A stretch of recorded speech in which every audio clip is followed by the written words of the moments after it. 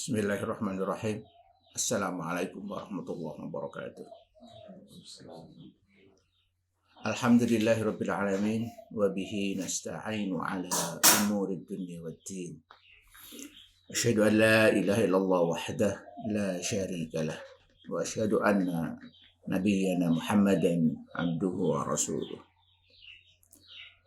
Allahumma salli wa sallim wa barik ala nabiyyina al-karim Muhammadin wa ala alihi wa ashabihi ajma'in, amma ba'd.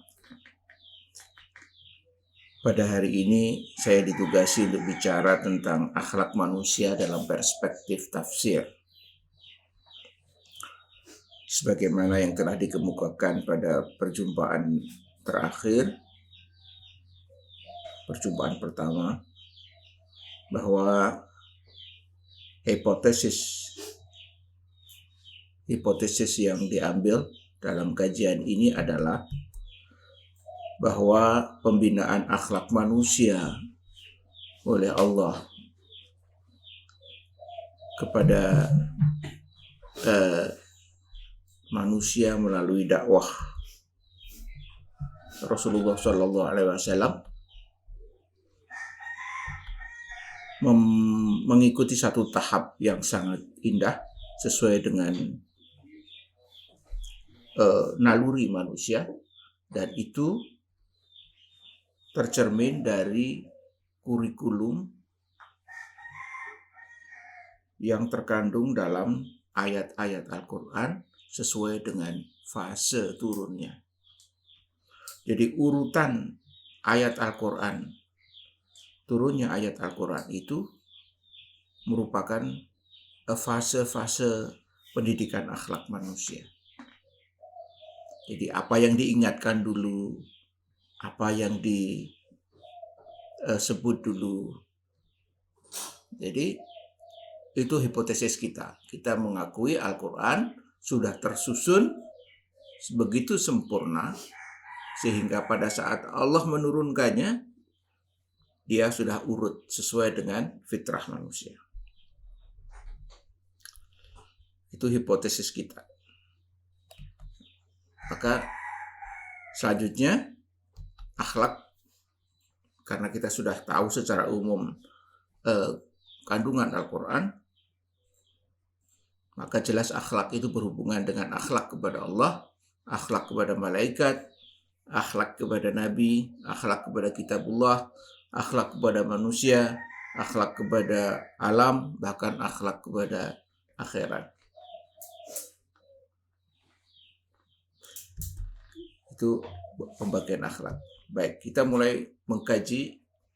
Kita sudah mengkaji surat Al-Alaq sebagai surat yang pertama kali diwahyukan kepada Nabiullah Muhammad SAW. A'udzu billahi minasyaitonir rajim. Iqra bismi rabbikal ladzi khalaq. Khalaqal insana min 'alaq. Iqra wa rabbukal akram. Alladzi 'allama bil qalam. 'allamal insana ma lam ya'lam. Kalla innal insana layatgha. Ayat 6 ini turun belakangan, tapi karena konteksnya menjadi satu, saya sebut saja.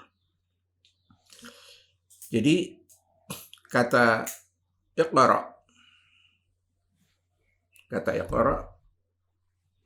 bermakna bacalah, bermakna kita harus memiliki ilmu membaca. Berarti kita harus mempunyai ilmu yang cukup. Maka iqra yang tepat bukan sekedar bacalah, tetapi ilmuilah. Iqra itu ilmuilah. Ketahui dengan ilmu, dengan metodologi ilmiah. Jadi iqra bermakna gunakanlah metodologi ilmiah. Bismi dengan nama. Bi juga bisa bermakna demi nama. Jadi bi bisa bermakna huruf qasam, sumpah, demi. Jadi ilmuilah demi nama Tuhanmu. Bismi rabbika, dengan nama Tuhanmu atau demi nama Tuhanmu. Jadi jelas bahwa ini adalah sesuatu statement yang sangat kuat karena digunakan kata bi. Jadi bi menunjukkan adanya kekuatan, strengthening, taukid di dalam berbicara, retorikanya. Bahasa Indonesia tidak punya huruf-huruf seperti ini. Kita sangat miskin. Kita terpaksa menggunakan kata benar-benar atau sungguh-sungguh. Nah, dalam bahasa Arab tidak perlu. Nah, jadi cukup dengan kata bi dalam arti qasam sudah menunjukkan bahwa itu taukid, suatu penguatan. Kalau kita belajar bahasa Arab, maka kita akan menyadari betapa primitifnya bahasa kita. Jadi selanjutnya adalah Bismi Rabbika, dengan nama Tuhanmu, Alladzi khalaq. Ini baru ayat pertama. Terdiri dari dua klaus. Iqra bismi rabbika. Bacalah, ilmuilah demi nama Tuhanmu. Alladzi khalaq. Ini klaus anak kalimat, yaitu Ia yang mencipta. Ia, alladzi menunjukkan adanya klaus anak kalimat. Khalaqa, yang Ia telah mencipta. Kata khalaqa, mencipta, berubah menjadi akhlak, khaliq, makhluk, dan sebagainya. Artinya, akhlak adalah sesuatu sifat yang tidak bisa lepas dari makhluk. Makhluk yang tinggi, yang akhlaknya juga tinggi. Makhluk yang mulia, yang akhlaknya juga mulia. Ini falsafah bahasanya. Jadi, alladzi khalaq, dia tidak disebutkan tanpa alladzi, tapi tidak disebutkan bismi rabbika al-khaliq, tapi dia disebutkan dengan alladzi khalaq untuk lebih menekankan bahwa dia telah menciptakan. Pakai fi'il madhi, pakai kata kerja lampau. Artinya Allah menciptakan manusia itu, menciptakan segala-galanya itu sudah terjadi sebelum manusia ada. Tidak diketahui oleh manusia karena manusia sendiri belum ada. Nanti di dalam rincian sifat manusia yang disebut dalam Al-Quran akan nampak sekali. Jadi ayat pertama ini sangat shocking, sangat rocking. Bukan sekedar shocking, tapi rocking. Rock itu seperti menggegarkan bangunan, menggegarkan pohon. Misalnya pohon berbuah, kemudian di rock sampai buahnya jatuh. Nah, rock itu lebih dahsyat dari sekedar shock dalam bahasa Indonesia. Diambil dari bahasa Jawa kali ya. Rock juga bahasa Jawa, di rock. Nah. Jadi Iqra bismi rabbikal ladzi khalaq. Ini sangat rocking karena belum manusia sudah dikatakan, pikirkan dengan ilmu, dengan metodologi keilmuan, bahwa ada Rob yang telah menciptakan alam semesta. Jadi ini dasar dari akhlak. Dasar pertama dari akhlak. Akhlak adalah bermula dari kesadaran manusia kepada penciptanya. Jadi asal mula akhlak adalah kesadaran manusia pada penciptanya. Saya ingin Erwin ingin mengingatkan bahwa kata kunci kesadaran ini sangat penting. Ya, seluruh akhlak itu nanti bermula dari kata kesadaran. Ya, yash'urun ya. Nah, ayat selanjutnya menjelaskan khalaqal insana min 'alaq. Sebelum masuk ke situ, Rabbuka itu al-khaliq. Ya. Alladzi khalaq berarti Rabbuka huwa al-khaliq. Tuhanmu itu adalah sang pencipta. Ini adalah assignment declaration, satu pernyataan kepastian, penugasan bahwa kamu tidak boleh ngambil Rabb selain Allah, selain pencipta. Dengan kata lain, la rabba illa al-khaliq. Ya, la rabba illa al-khaliq. Tidak ada Rabb selain sang pencipta. Ini syahadah.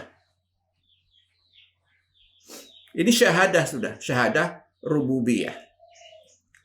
Jadi, iqra bismi rabbikal ladzi khalaq berarti bermakna ishhad bi anna rabbaka al-khaliq. Ishhad, saksikan bahwa sesungguhnya Rabbmu adalah al-khaliq.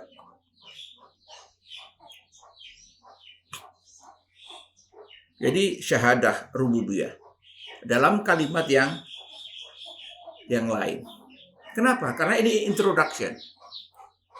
Karena kalau ishad, orang Arab faham, dia harus berani jadi syahid. Belum sampai ke situ, ini baru introduction.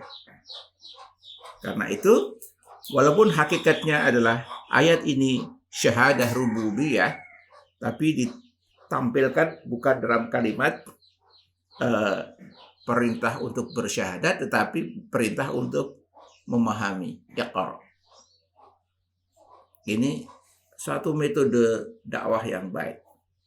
Jadi kalau kita berdakwah dengan orang tua misalnya, yang tidak pernah mikir dunia, dia taunya hanya bertani gitu. Jangan bicara IT, tapi bicara, loh Pak, kita ini kan cuma titah. Kita hanya titah makhluk. Ono sing nitahke, ono sing gawe. Semua orang paham. Ayam ada karena telur, telur ada karena ayam. Yang berhubungan, ya. Dari pengalamannya dia tahu bahwa semua itu ada yang mencipta. Tapi lupa, lalai. Salah satu sifat dari manusia yang paling sering disebut dalam Al-Quran adalah lalai. Ghaflah, ya. Lalai itu pun nanti dalam Al-Quran disebut dengan berbagai cara, dan yang paling banyak itu dengan kata ghaflah, kelalaian dengan ghafil, itu lalai karena asyik mengerjakan sesuatu yang lain. Bukan lupa, ya. Jadi lupa itu banyak cara. Lupa karena minum alkohol juga lupa, mabuk.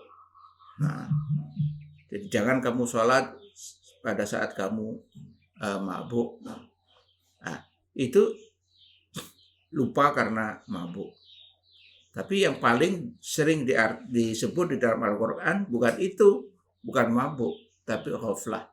Karena asyik mengerjakan sesuatu yang lain, yang prioritasnya kurang penting. Nah, kita belum sampai ke situ, introduction saja. Baik. Ayat kedua, khalaqal insana min 'alaq. Allah menciptakan insan dari 'alaq, dari segumpal darah. Kenapa disebut darah? Karena manusia mengalami, ada orang keguguran, ya. Oh, darahnya keluar, udah jadi darah. Bakal manusia itu bentuknya darah. Sudah diberitahu. Jadi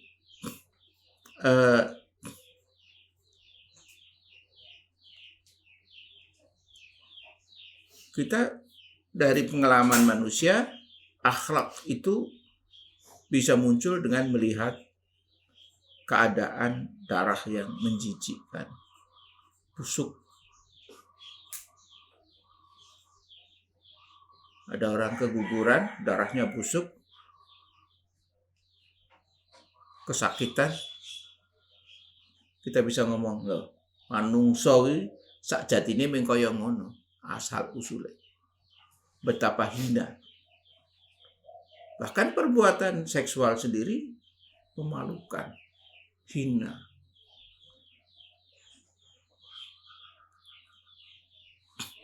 Hasilnya pun darah yang busuk. Jadi ayat ini mengingatkan kepada asal muasal manusia.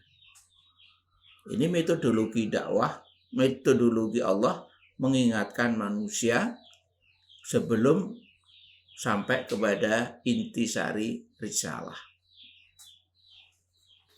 Ada satu psikologi kalau orang itu sudah merasa lemah, powerless.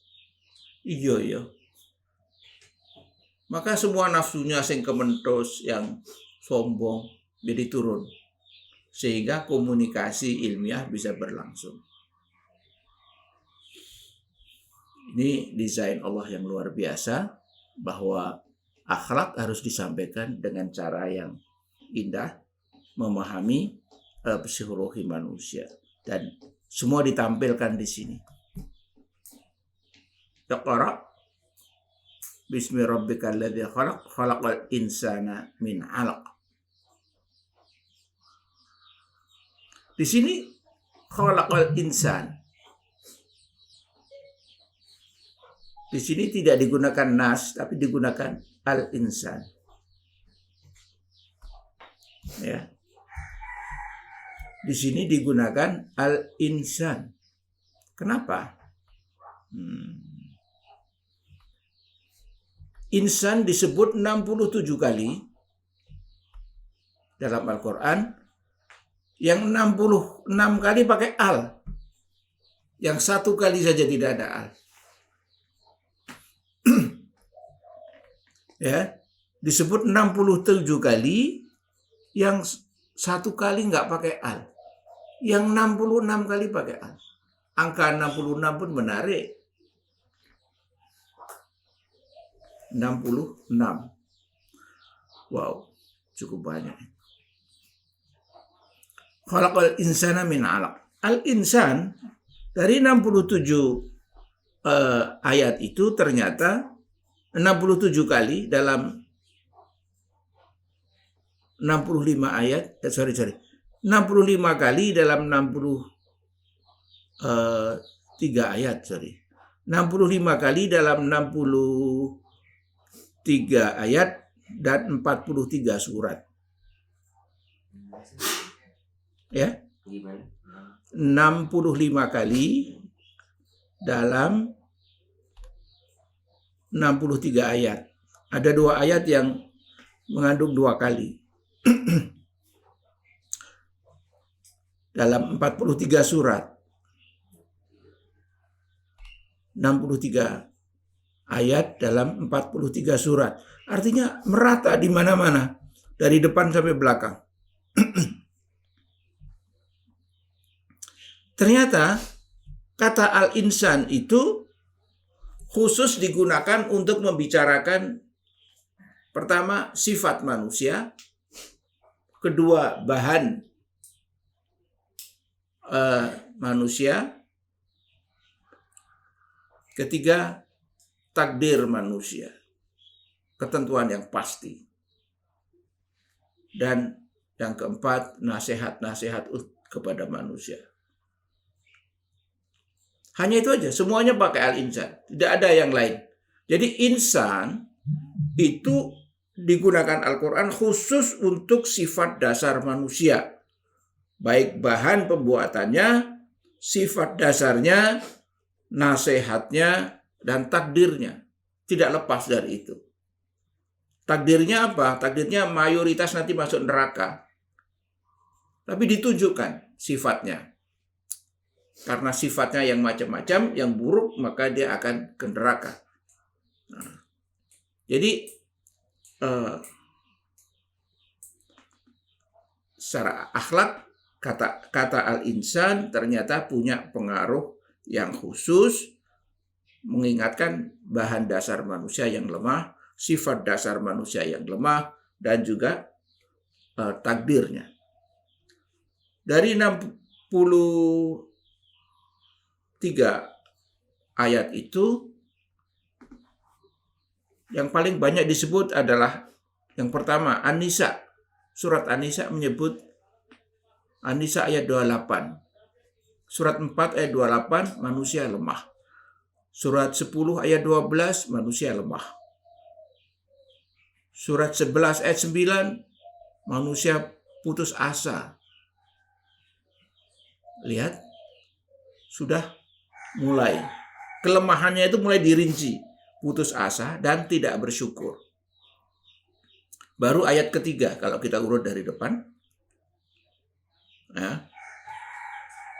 Ayat yang keempat, surat 12 ayat 5, suka buat makar, tandingan, dan tidak bersyukur. Dan ikuti syaitan, dan mengikuti syaitan. Jadi mulai dirinci kelemahannya. Tergoda syaitan. Nafsunya untuk buat makar, ambil kuasa. Sok kuasa. Ayat kelima, surat 14 ayat 34, zalim dan ingkar atas nikmat yang tidak terhitung. Nah, ini. Jadi zalim dan ingkar atas nikmat yang tidak terhitung. Ini sangat populer ayat ini. Yang keenam, kembali. Bahan dasar manusia adalah tanah, lumpur yang kering. Ayat ketujuh, bahan manusia adalah setetes mani. Dan manusia itu pembantah. Membantah, sukanya membantah. Ayat ke-8, suka mendoakan keburukan pada orang lain dan tergesa-gesa. Kalau tersinggung, maka dia langsung mendoakan buruk kepada orang lain. Supaya segera ini sifat-sifat lemahnya itu dirinci, mendoakan keburukan. Padahal di surat Fussilat dikatakan kalau dapat keburukan dibalas dengan kebaikan. Nah, itu obatnya. Ini lagi penyakitnya ini, sifat dasar manusia. Ayat ke-9, surat 17 ayat 13, manusia mempunyai takdir seperti kalung. Nah, ini agak menarik. Di sini ada simbolisme kalung. Kalung, saya mendapatkan impresi bahwa kenapa kalung? Kenapa bukan yang lain? Kenapa bukan hidung? Tapi kalung. Pertama, kalung itu penanda. Kalau orang Arab, penggembala kambing, mestinya kambingnya ditandai dengan kalung. Atau ditandai dengan kupingnya diberi mark, diberi tanda, di lubang atau disobek atau di apa. Tapi Allah tidak memilih tanda kuping, tapi tanda kalung. Kalung itu tidak bisa lepas dari kepalanya. Tapi dia bisalah geser-geser dikit. Artinya ada ikhtiar manusia yang menyebabkan nasibnya itu berubah. Tapi nggak bisa lepas. Ini puitis banget. Ini puitis banget.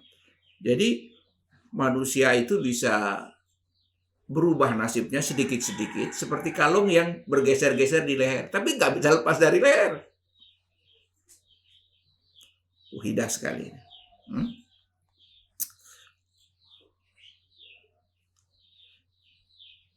Takdir manusia telah ditetapkan seperti kalung dan tertulis. Surat 17 ayat 13. Tertulis, written. Nggak bisa keluar dari situ. Jadi ada juga kesan bahwa tulisan tentang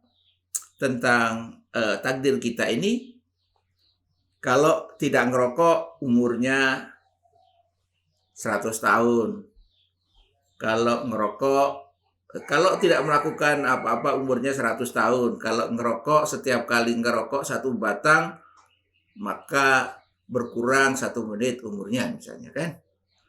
Kalau minum alkohol 1 sloki berkurang 2 menit. Kalau kayak seperti ada rumusnya begitu, total general diintegral di seluruh waktu, umurnya 60 tahun. Karena berkurang dengan kesalahan-kesalahan akibat merusak organ tubuhnya. Jadi seperti itu. Seolah-olah, ini paling tidak tafsir saya ya. Seperti kalung tadi. Kalau dia menghindari, ya dia bergeser. Tapi tetap di situ. Takdirnya berapa? 100 tahun ya umurnya. Cuma ada rumus jalan hidupnya seperti itu. Jadi takdirnya dalam bentuk rumus persamaan hidup.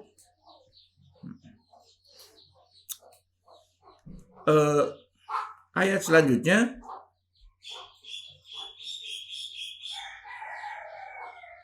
surat 17 ayat 53. Ada cara untuk memproteksi diri manusia melawan setan, yaitu berkata benar. Jadi ayat yang ke-10 sudah memberikan jalan keluar terhadap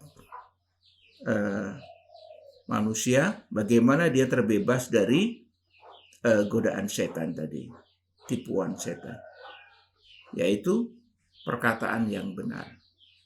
Kalau Al-Quran itu benar, akui benar. Kalau nasihat orang itu benar, akui benar. Kesediaan menerima kebenaran.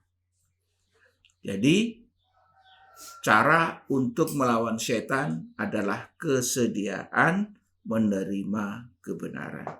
Ini adalah intellectual properties, intellectual behavior, sikap intelektual. Jadi teori, kalau kita pernah hidup di Eropa mungkin 30-40 tahun yang lalu, di mana Eropa sedang jaya-jayanya, sedang makmur-makmurnya tahun 60-an. Saya hidup di sana tahun 80-an, masih melihat sisa-sisanya. Tahun 60-an itu rakyat makmur, penduduk masih sedikit di Eropa.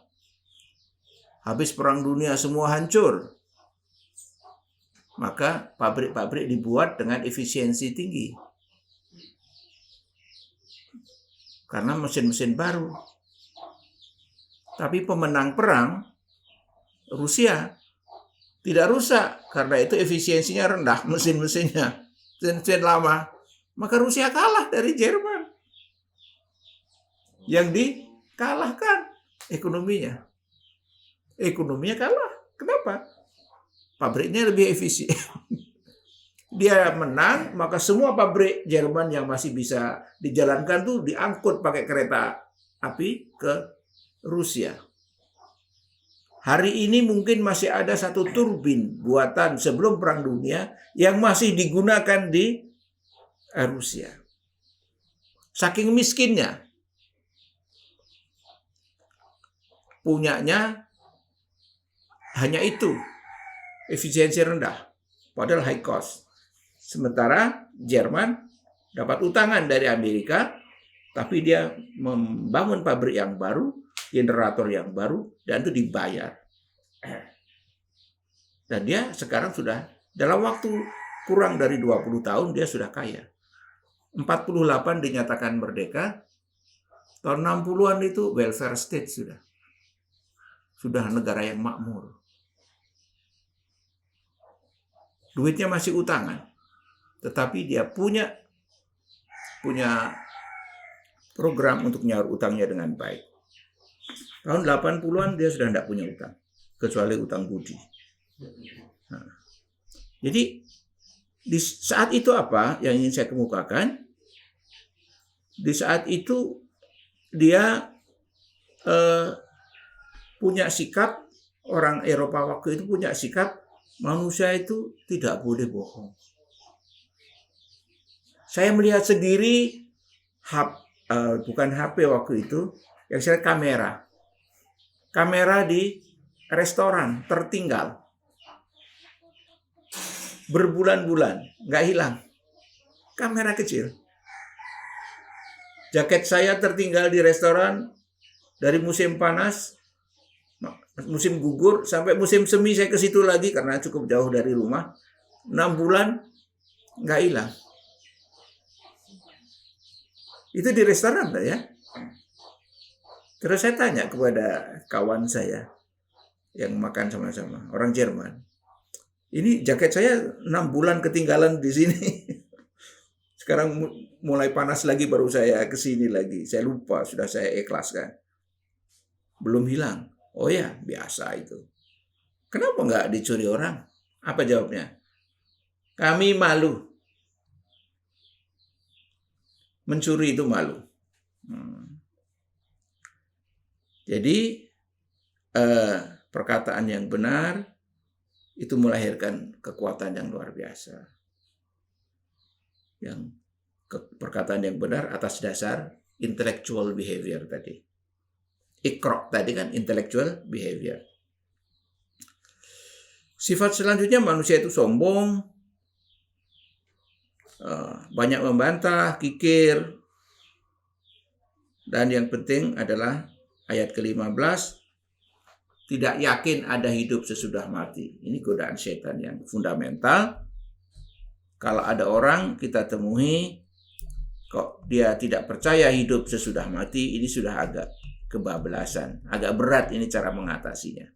Indikatornya adalah ini disebut di belakang oleh Allah. Kemudian tergesa-gesa, dan ada satu lagi ayat ke-21, yaitu nasihat buat manusia untuk berbuat baik kepada orang tua meskipun orang tua itu syirik. Karena mereka sudah mengandung, menyusui, mendidik dengan susah payah. Ya, ini ada 2-3 ayat berturut-turut. Sifat yang lain, kalau mendapatkan nikmat, dia menjauh dari Allah. Lalai. Tapi kalau dapat musibah, dia berdoa. Surat Fussilat ayat 51. Ayatnya pun bagus nih. Surat 41 ayat 51 misalnya. Jadi yang sebelumnya, 2 ayat sebelumnya 41-49 itu manusia itu berpikiran pendek. Ya, karena tadi tergesa-gesa tadi. Jadi di sini dia pendek pikir, mudah putus asa. Nah, yang paling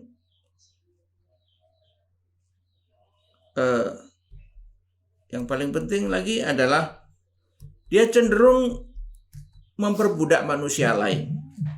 Surat 43 ayat 15. Surat 43 ayat 15, dia cenderung memperbudak manusia lain.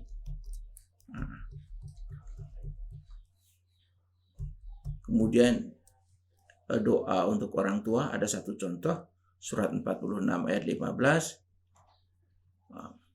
Tapi Kalau sudah umur 40 tahun dia baru menyadari, oh iya dulu orang tuaku begini, begitu. Jadi sifat-sifat manusia itu ada juga, ada kalanya dia menyadari kelemahannya dan kebaikan kedua orang tuanya. Saya kemarin ketemu dengan seorang dokter, dulunya Muslim, kemudian dia masuk Katolik. Dia seorang yang sosial. Dia punya rumah sakit dan akan membuat rumah sakit baru di Bantul. Dia katakan, Bapak ini kaya banget, saya bilang itu. Enggak. Wah, ini Bapak tahu enggak? Buat rumah sakit itu untungnya baru sesudah tahun ke-15. Aku cuma mau nolong orang. Tapi ya pakai cara. Maksudnya gimana, Pak? Saya tidak mau nanganin COVID. Ribet. Karena itu rumah sakit saya tetap kecil, 100 kamar saja, 100 tempat tidur saja. Karena saya ingin nolong orang kecil. Karena itu dia tidak mau nanganin COVID. Dia mau nolong orang yang tidak non-COVID aja deh. Jadi kalau yang COVID biar itu rumah sakit lain yang gede-gede. Kalau gagal ginjal, sini operasi, sini. Tapi kalau COVID nanti kasihan yang orang yang lainnya jadi tertular. Mau operasi amandel malah kena COVID. Maka dia nggak mau. Itu cost tinggi karena setiap tukang sapunya setiap hari harus diperiksa. Itu high cost. Tapi enggak apa-apa. Dia barusan beli tanah 3 hektar untuk buat rumah sakit baru. Tapi ya itu tadi. Dia mengatakan bukan untuk diri sendiri. Aku cuma mau nolong orang miskin. Menyediakan rumah sakit murah. Dari satu sisi dia seorang humanis, maka dia mudah melakukan kebaikan. Ada satu-satunya surat yang paling banyak mengandung kata al-insan, yaitu surat Al-Qiyamah, sampai 6 kali kalau nggak salah. Surat Al-Qiyamah sendiri bermakna hari kiamat, dan itu menunjukkan bahwa manusia itu paling lupa pada hari kiamat.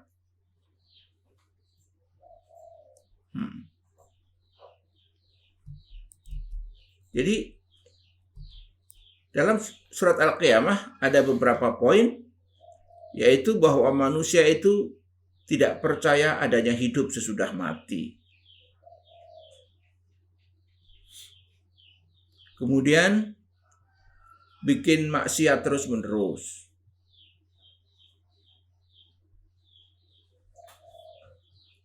Kalau nanti datang hari kiamat, dia cari tempat lari. Dan nanti dia akan diberitahu apa yang dikerjakan dan apa yang dilalaikan, tugas yang dilalaikan. Nah, Al-Qiyamah ayat 14 mengatakan innal insana ala nafsihi basirah. Manusia itu sebenarnya sadar pada sifat buruknya. Ayat 14 surat Al-Qiyamah. Balil insanu ala nafsihi basirah. Bahkan manusia itu menyadari, basir, melihat dirinya sendiri. Dia mampu keluar dari dirinya dan melihat dirinya sendiri. Karena itu digunakan kata basir.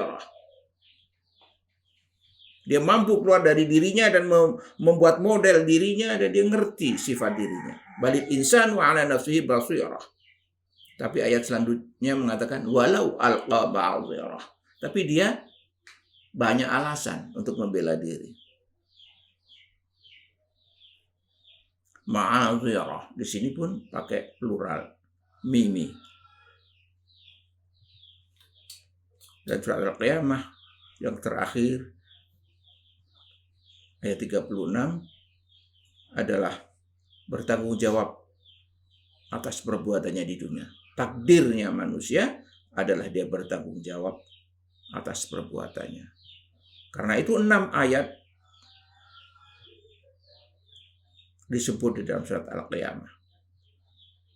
Dia bermula tidak percaya pada hidup sesudah mati, padahal dia nanti akan mempertanggungjawabkannya. Ini akhlak manusia. Sebelum surat Al-Qiyamah ada surat Al-Ma'arij yang juga aneh. Surat 70. Ini ada 5 ayat terus menerus. Dari ayat 19 sampai 23. Ini mengenai sifat dasar manusia. Keluh kesah, kikir. 3 ayat. Tapi 2 ayat memberi jalan keluar. Pada sifat keluh kesah dan kikir ini diberi jalan keluar. Illal musallin, kecuali orang yang sholat. Illal musallin. Jadi sifat buruk manusia itu bisa diatasi dengan sholat. Apakah setiap sholat seperti itu? Tidak. Dijelaskan di ayat 23. Alladzina hum fi sholatihim daimun. Orang yang sholatnya itu terus menerus. Daim. Artinya walaupun dia berbicara, hatinya tetap sholat. Jadi sholat daim. Zahirnya tidak sholat, tapi hakikatnya sholat.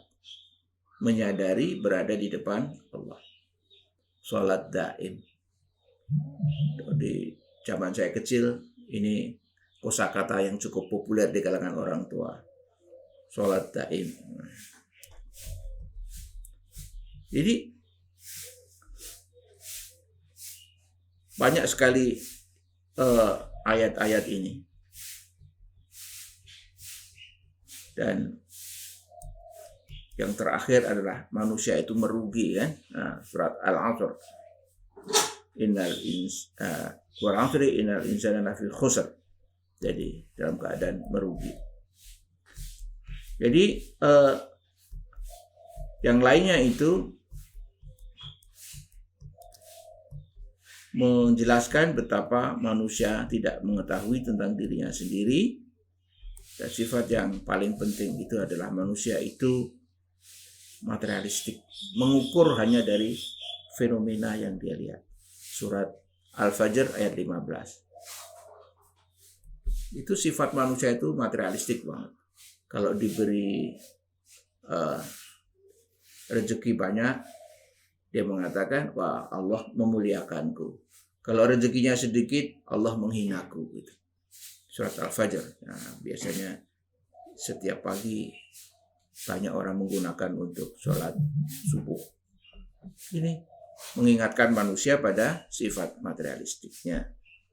Nah, itu adalah sifat-sifat dari akhlak manusia yang kita lihat telah banyak kita lihat dari pengalaman sehari-hari. Ya. Jadi itu adalah sifat-sifat manusia, baik dan buruknya. Ternyata banyak buruknya, cenderungnya. Ya. Nah, ini sudah saya tulis dalam satu daftar 63 ayat, urut dari depan. Nanti Anda bisa klasifikasikan sendiri.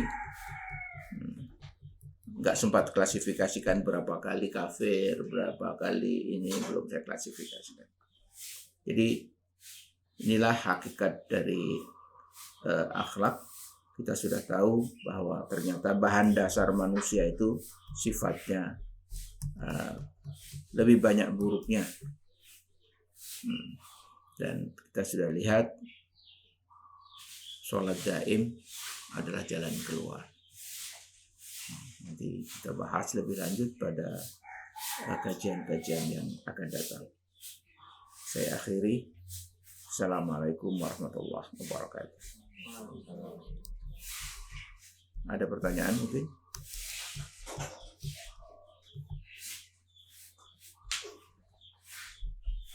Tadi ada 66. Ya. Itu udah benar 66 kali. 65 kali. 65 kali. 65 kali dalam 63 ayat dan 43 surat. Hanya satu yang tidak pakai al. Aneh sekali.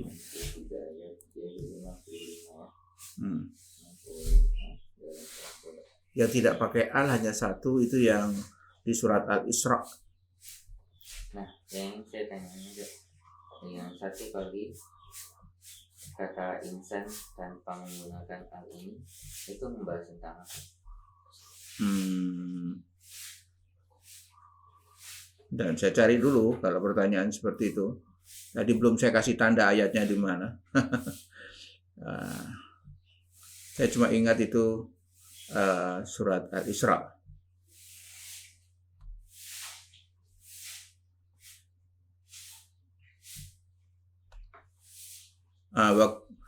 Wa kulla insani apa ini?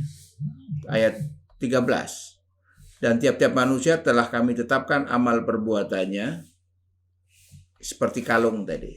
Sebagaimana tetapnya kalung pada lehernya. Ya, jadi general statement yang umum. Maka dia tidak ada al. Ya, dan ini statement umum. Takdir manusia ditetapkan bagai kalung dan tertulis. Jadi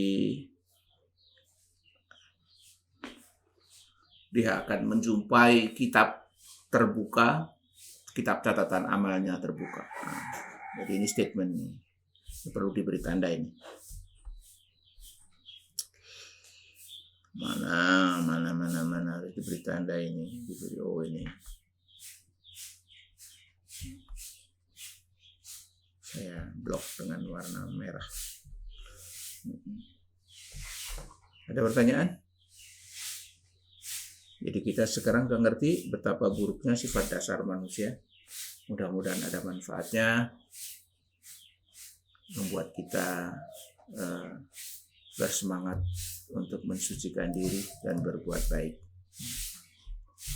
Terima kasih. Kita akhiri. Wassalamualaikum warahmatullahi wabarakatuh.